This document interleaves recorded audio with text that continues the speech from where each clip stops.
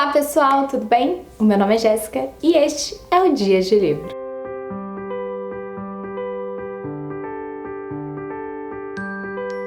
Hoje eu vim conversar com vocês sobre Escuridão Total e Sem Estrelas, do Stephen King. A tradução foi feita por Viviane Diniz e esse é um livro da editora Soma das Letras. Tô bem ansiosa para conversar com vocês sobre esse livro. É um livro de contos onde tem 4 histórias e, como sempre, quando eu venho conversar com vocês sobre livros de contos, eu falo um pouquinho sobre cada um. Mas antes de começar, se inscreve no canal, deixa um joinha, ativa o sininho, deixa um comentário aqui.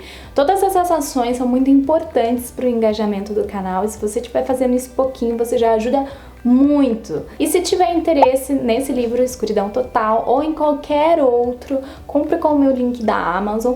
Ele sempre fica aqui na descrição do vídeo, tá? Então é só clicar lá, você não paga nada mais por isso. O primeiro conto desse livro se chama 1922. Aqui a gente vai ver a história de uma família, né? A gente vai ter o Wilfred, o Henry e a Arlette. O Wilfred é o pai da família, a Arlette é a mãe e o Henry é o filho deles. Atualmente eles têm um terreno, né, uma fazenda de 80 acres, mas o pai da Arlette falece e deixa 100 acres e por coincidência eles moram um ao lado do outro. Então isso totalizaria um espaço de 180 acres e o Wilfred ele quer muito usar essa terra para plantio e para continuar vivendo da terra ali. O problema, né, o grande impasse dessa história é que a Arlette ela não tem pretensão em continuar vivendo da fazenda, ela acha o trabalho muito árduo e ela gosta de outras coisas, né? Então ela pretende vender a fazenda para que eles possam se mudar para a cidade e ter uma vida mais confortável lá, trabalhando num negócio próprio, numa loja própria. E para ajudar nessa venda, existe uma grande indústria ali de porcos que quer comprar esse terreno, porque já é muito perto ali daquela empresa. E o Wilfred, ele tá muito resistente quanto a essa venda, ele não quer ver, né, as águas ali sendo poluídas por excremento de porcos, como ele fala. Ele não quer isso de jeito nenhum. E por conta disso, esse casal começa a ter vários conflitos diários, né? Então eles discutem muito, porque nenhum quer ceder. E aí a gente vai ver essa criança, né? Esse garoto de 14, 15 anos, que é o Henry, sendo meio que subornado ali pelo pai. Eu não diria nem subornado, eu diria influenciado. Eu acho que essa que é a palavra mais certa. E esse pai vai colocando aos poucos ali algumas coisas na cabeça do Henry. E uma dessas coisas é que eles precisam se livrar da Arlette, que a Arlette precisa morrer e que só com a ida dela é que eles vão ser verdadeiramente felizes.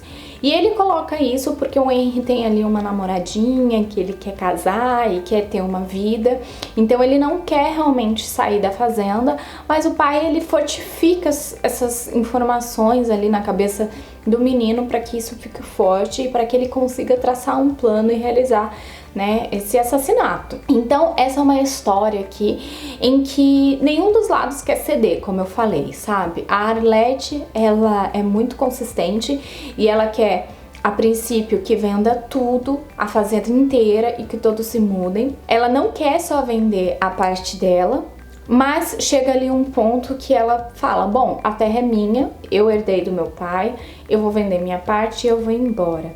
Só que o Wilfred também não quer ceder, ele não quer abrir mão desses 100 acres que eles receberam, sendo que ele viveu a vida toda com 80 acres.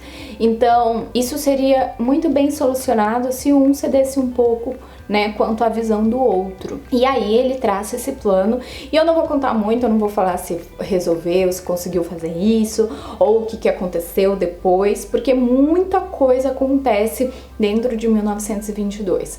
Eu falaria para vocês que se não fosse uma história do Stephen King, eu consideraria 1922 quase como que um livro, porque ele é bem grande, é bem construído, você acompanha os personagens do início a fim, tem resoluções sobre tudo, tem aquela sensação que o Stephen King gosta de fazer, né, com que você se sinta ambientalizado ali, e o medo e as preocupações elas vão se acarretando.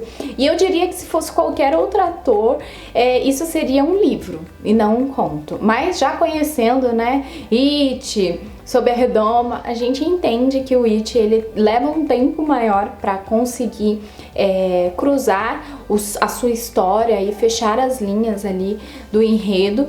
Então você entende o porquê que para ele considera 1922 praticamente um conto e não um livro. Mas 1922 eu acho que ocupa 50% aqui de escuridão total e sem estrelas. E eu gostei bastante, viu? Acho que foi uma história muito bem construída. Gostei do destino que cada um levou ali, porque eu acho que tudo que você faz de bem, você recebe de bem, e tudo que você faz de ruim, você também recebe de ruim, tá? E que apesar de alguns personagens ali terem sido influenciados, né, a gente tem a noção de que tudo é uma escolha, uma questão de escolha na nossa vida, e aquilo que a gente faz, né, a gente recebe de volta. Então, eu gostei bastante e recomendo bastante 1922. O segundo conto desse livro, ele vai tratar sobre temas bem pesados, com bastante gatilho. Então, tome cuidado quando você for ler Escuridão Total e Sem Estrelas. Apesar de 1922 não ser um conto fácil, ele tem várias coisas ali ruins. Acho que Gigante do Volante, ele ultrapassa os limites, assim, da gente conseguir ter uma leitura boa sem se incomodar. No Gigante do Volante a gente se incomoda bastante com o que acontece. E aqui é a história da Tess, uma escritora que a gente vai conhecer. Ela trabalha numa série de livros ali investigativos sobre mulheres que fazem tricô. E são livros que ela escreve ali, mas que ela não sente muita emoção e também que ela não sente que tá mudando o mundo, mas é o que leva à sua subsistência. E ela tem um projeto ali de aposentadoria, então ela faz bastante palestras quanto a esses livros para conseguir juntar um bom dinheiro e poder na velhice descansar e não ficar preocupada. E essas palestras que ela faz, ela tenta procurar sempre fazer no entorno da casa dela, então são sempre lugares onde ela possa ir de carro, em que ela não precise se hospedar para dormir. Então são lugares próximos, viagens curtas que ela consegue dar conta, né? E aí um dia ela tá sem nada ali para fazer e ela recebe uma proposta de um lugar bem próximo da residência dela, que ela vai conseguir ir e voltar ali no imprevisto mesmo, na mesma noite. E a proposta é bem boa, até porque a pessoa que ia palestrar ali no dia teve um compromisso e não pôde ir. A mulher que a contrata paga um valor de $1.500, que é um valor bem legal para algumas horinhas, né? Se eu não me engano, são umas 2 horinhas que ela fica ali trabalhando. Então ela vê isso como uma oportunidade, né, de juntar mais ali para sua poupancinha, e ela aceita. Apesar dos pesares, ela aceita. Então ela se prepara para essa palestra, chega lá, né, ela acompanha, ela é muito bem recebida, apesar, né, de não ter sido a pessoa principal ali do evento, ela é muito bem recebida, e ela tem uma maneira metódica, então ela cumpre todos os seus papéis e as suas funções ali, sempre de bom grado, com muita eficiência. E quando ela tá indo embora, a moça que a contratou, a mulher que a contratou, fala assim: olha, a gente tem uma outra avenida aqui que você pode ir, que você vai economizar muito tempo para chegar para casa, ao invés de você pegar a rodovia 84. E eu acho que é uma forma muito mais rápida, se você estiver disposta, né? Pode ser que o caminho seja um pouquinho conturbado, mas nada que não resolva. E a Tess, que tá muito ansiosa para ir para casa, ela tem o seu gatinho, ela quer muito descansar, ela tá cansada já do dia. Ela fala: nossa, que legal. E pega as dicas dessa mulher e segue por essa outra rota alternativa. Quando ela tá caminhando ali caminhando não, né? Quando ela tá dirigindo ali naquela rota, ela percebe que perto de uma pontezinha ali existem várias madeiras com pregos, e por destino mesmo, ela não consegue desviar e o carro dela, o pneu fura e fica ali atravancado na rodovia. E ela fica percebendo que não passa nenhum carro ali. É um lugar completamente deserto.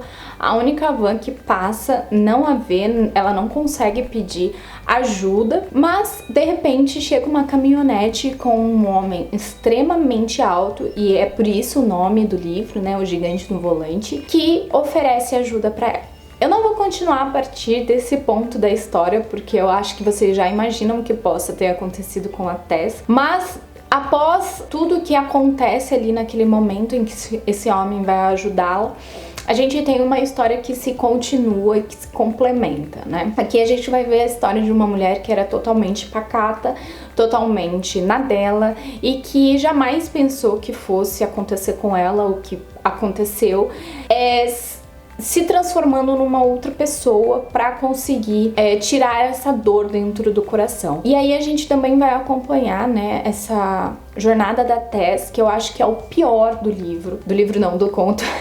É essa jornada de volta para casa, de volta para segurança, e também o quanto as decisões que ela tem que tomar, o medo que ela tem, o quanto ela pode ser exposta, porque apesar, né, de ser uma escritora, ela tem o seu valor e ela é famosa ali dentro do seu meio, então o quanto pode ser sensacionalista as informações que vão sair sobre ela a partir do ocorrido. Então eu acho que um dos momentos mais sofridos, mais agonizantes deste conto é o retorno da Tess para casa. Depois que ela retorna ali, acontecem também outras coisas dentro do livro, mas eu acho que isso foi o que mais me impactou.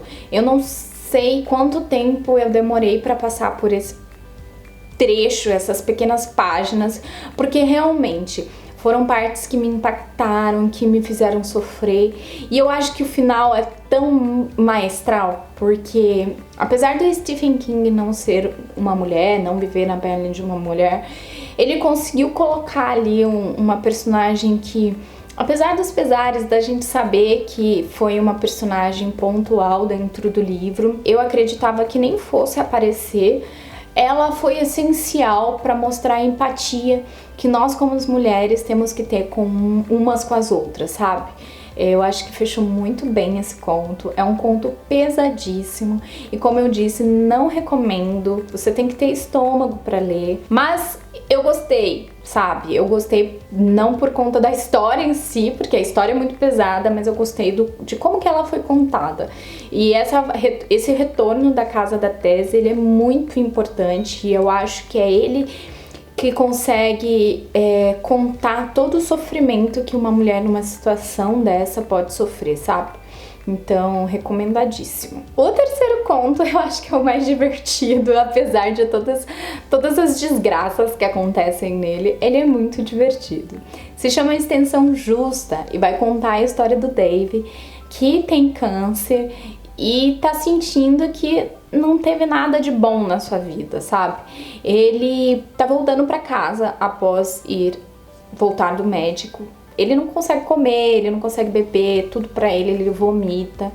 E ele tá realmente ali meio que fazendo uma hora, quando ele se depara com uma barraquinha ali perto da rua, e ele decide parar. Lá ele conhece o Dabi, e prestem atenção nesse nome, que é um senhor e tem uma feição que te aproxima. E o Dabi faz uma proposta para Dave após ali um bate-papo, uma conversa que ele tem, que é uma extensão. Ele é um vendedor de extensões.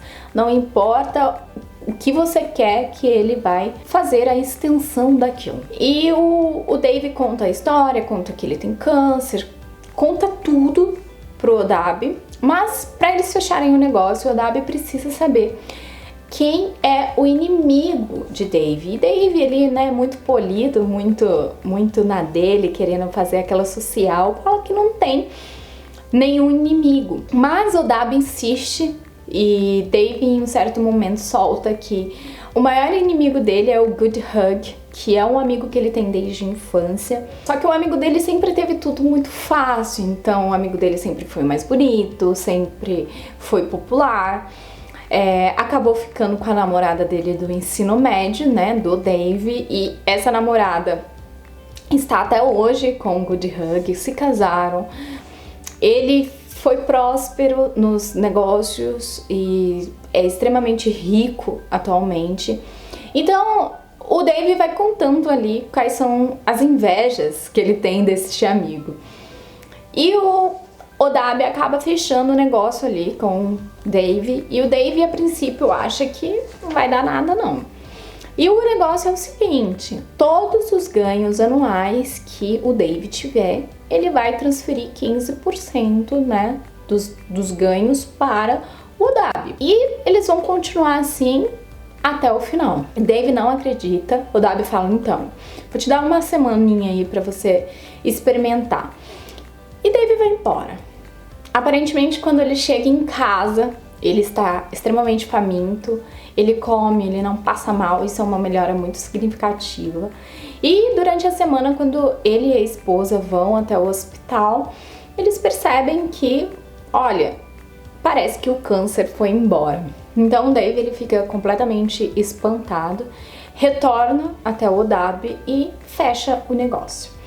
E eu acho esse conto muito divertido, porque assim, a gente tem essa percepção que o Odabe é o diabo, até porque se você inverter o nome, você vai ver, né, que dá diabo.